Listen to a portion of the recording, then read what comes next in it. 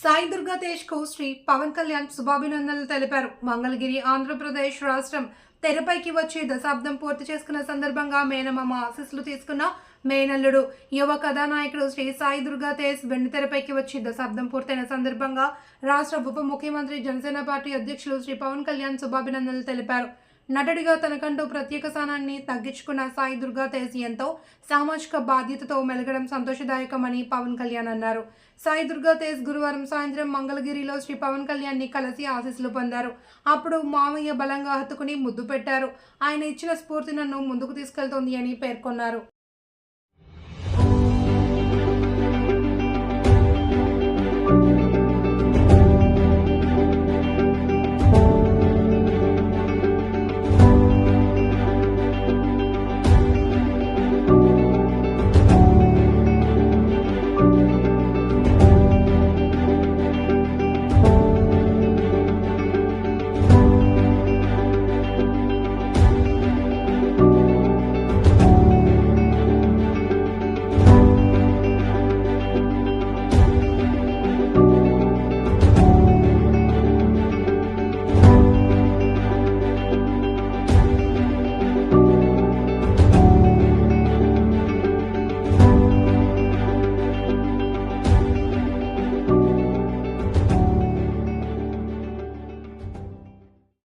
జనసేన కార్యాలయం ఇంకొద్ది రోజుల్లో ఫుల్ ఫ్లెడ్జ్డ్ ఫంక్షనింగ్ ఆఫీస్ అవ్వబోతుంది, రెడీ అవబోతూ ఉన్నది.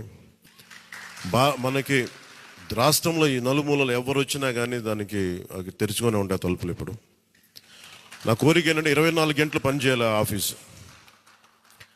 అపరాత్రి అర్ధరాత్రి లేకుండా ఎవరికి ఏ సమస్య వచ్చినా అది ఉండేలా చాలా కష్టసాధ్యమైన విషయం.